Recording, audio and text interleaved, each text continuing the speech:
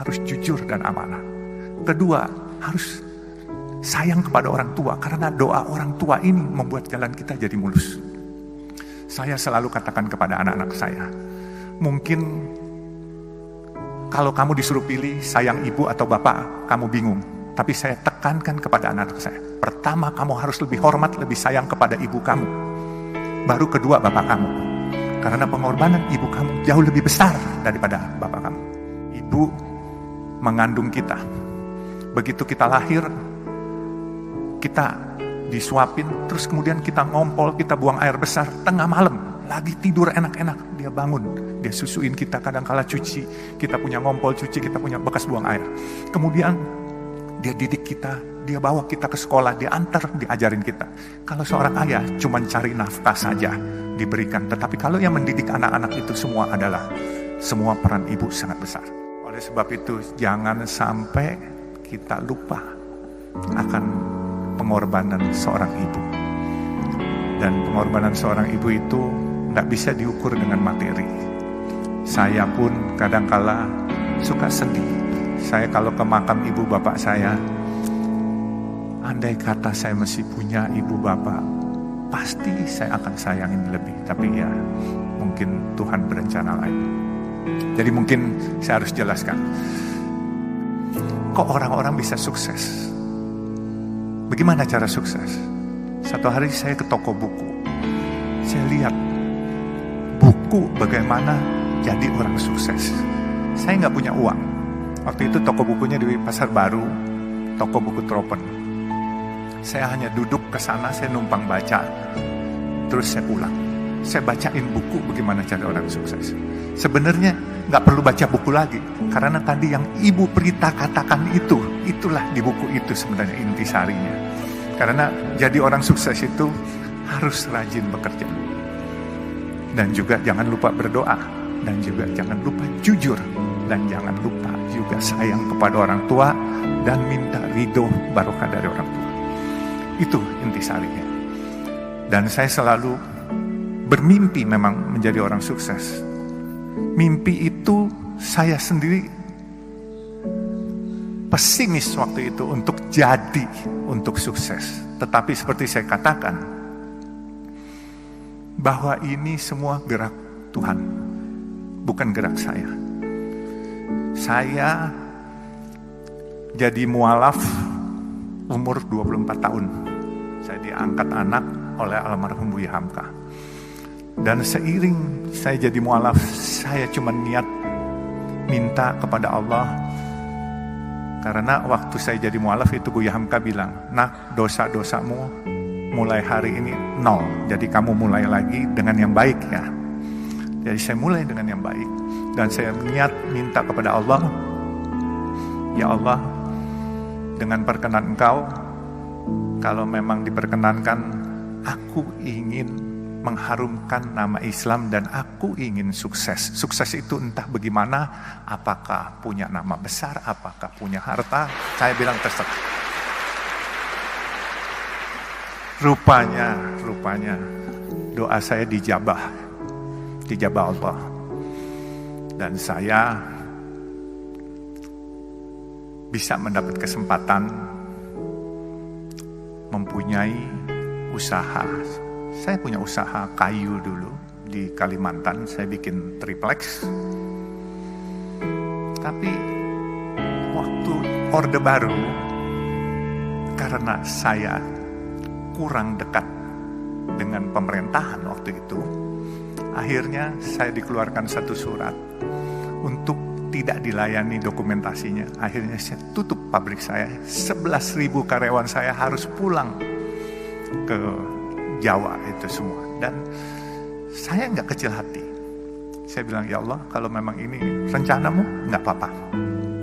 11.000 karyawan bedol desa semua pulang. Saya diam, terus saya coba lagi untuk berusaha lagi. Tetap kadangkala jatuh bangun itu pasti. Ya ada hal-hal waktu 2008. Saya ingat itu pabrik tahun 94 saya tutup dan saya 2008 diajak seorang teman. 14 tahun saya pensiun, itu ibaratnya nggak ada kerjaan. Diajak seorang teman untuk ikut di perusahaan pemboran minyak lepas pantai. Tapi 1 tahun saya bilang ini bukan bidang saya. Kemudian saya tahun 2012 saya ditawarkan oleh pemegang saham yang sedang berantem, pemegang saham jalan tol Citra Marga Nusapala Persada. Itu jalan tol dalam kota, dan sekarang ini kalau perusahaan tol swasta terbesar adalah Citra Marga. Jadi saya ceritakan juga, inilah mungkin yang paling penting. Waktu saya masuk di Citra Marga, ini pemegang sahamnya berantem, menanyakan kepada saya, kamu berani nggak jadi direktur utama? Saya bilang, kenapa harus saya? Karena ini raksasa-raksasa lagi pada berantem semua. Waktu itu Citra Marga yang punya adalah Ibu Tutut ya, diantaranya. Terus ada Robi Sumampau, Robi Kete, dan ini naga-naga semua lah. Kebenaran saya ini kelahiran Kalimantan Timur, dari Sungai Mahakam saya lahir. Lalu saya jawab sama teman-teman saya, selama nggak nyuri, saya berani apa saja saya bilang, dan tidak korupsi. Akhirnya saya ditunjuk sebagai direktur utama. Di waktu saya ditunjuk sebagai direktur utama, saya melihat karena ini perusahaan publik, pemegang sahamnya ini banyakkan institusi-institusi asing. Saya lihat ini perusahaan bagus. Kenapa saya bilang bagus? Coba pikirkan, ini kalau bukan gerak Tuhan, saya nggak akan memiliki perusahaan ini. Saya dulu punya perusahaan kayu, saya pernah punya restoran, saya pernah punya hotel. Hotel pelayanan nggak baik, omset akan turun, orang nggak balik lagi. Restoran makanannya asin atau pedas, kepedasan, orang besok nggak balik lagi. Makanya saya bilang, saya bisa dapat jalan tol ini. Coba pikirkan jalan tol. Kalian pernah lewat jalan tol, bayar, macet, marah-marah hari ini, brengsek nih jalan, macet, bayar pula. Besok kalian dengan senyum nganterin duit lagi kepada kita. Nah itu bedanya. Jadi jalan tol itu, mau keasinan, mau kepedesan, mau kemanisan, tetap dimanfaatkan. Nah ini semua gerak Tuhan yang milihin. Jadi saya berpikir gini, saya tidak punya rencana punya jalan tol. Tetapi jalan tol ini gini, kalau saya tidur jam 10 malam, itu truk besar yang nyari duit sampai subuh jam 5 pagi. Kemudian kalau saya lagi melek bangun, sedan-sedan dan kendaraan umum dari jam 5 pagi sampai jam 10 malam. Nah jadi itulah perkembangan jalan tol. Bisnis ini beda dengan hotel, dengan restoran, dan yang lain-lain. Nah, saya bisa ceritakan, waktu saya lihat perusahaan ini bagus, saya kumpulkan teman-teman saya. Teman-teman saya dari berbagai macam suku. Ada yang Tionghoa, ada yang disebut Aseng. Jadi saya bilang, ini daripada asing yang milikin, kenapa nggak kita-kita? Kalian para asing, teman-teman maupun yang lain, ayo kita milikin. Mereka tanya sama saya, bagaimana? Saya bilang, gampang, siapin aja dananya, saya bikin asing ini keluar barangnya. Jadi waktu itu saya direktur utama, apa yang saya sebut itu pasti bereaksi market. Tapi waktu itu memang saya menyebut ingin membeli sesuatu barang, itu asingnya ketakutan. Kebenaran saya nggak sekolah tinggi Pak, jadi saya main seruduk aja. Kalau ikutin aturan saya nggak berani ngomong begitu, karena di aturan nggak boleh. Jadi saya bilang hari itu, saya ingin beli Bank Senturi yang sedang bermasalah waktu itu. Itu semua asing tidak setuju. Dia lepas barang itu semua. Akhirnya teman-teman saya beli semua. Akhirnya sekarang pemiliknya adalah orang Indonesia asli semua, Pak. Jadi Citra Marga ini udah nggak ada asing. Kalaupun ada asing 1-2 orang gitu. Jadi kita boleh berbangga lah, ini kita tarik kembali Citra Marga. Dan saya pikir ini sesuatu perusahaan yang besar. Dan kenapa saya bilang besar? Dia punya omset untuk dalam kota 600.000 kendaraan per hari. Memang biaya pembangunannya cukup besar. 600.000 kendaraan kali 9.500 rupiah. Kurang lebih hampir 6 miliar, 5,4 miliar per hari. Bagian Jasa Marga separuh, bagian Citra Marga separuh. Tetapi uang itu dipakai untuk pembangunan. Pembangunan jalan tol lain. Bahkan kita lagi mau bangun dari Priuk sampai Peluit, itu kurang lebih 9,7 kilo. Itu biaya anggarannya kurang lebih 13,5 triliun. Lalu kita mau bangun, sekarang kita sudah ada Soreang Pasir Koja di Jawa Barat di Bandung. Dari Pasir Koja kita mau mengurai kemacetan di Bandung kota. Kita akan bikin jalan menembus Gatot Subroto, Soekarno-Hatta sampai Pasopati. Itu kurang lebih 9 triliun. Jadi 22,5 triliun kita butuhkan. Mungkin orang bertanya, kenapa saya dagang nasi kuning 3.000 rupiah? Tadi Pak Kemal nanya, kenapa nggak kasih gratis? Kalau saya kasih gratis, saya memonopoli sedekah itu dan saya memonopoli pahala itu.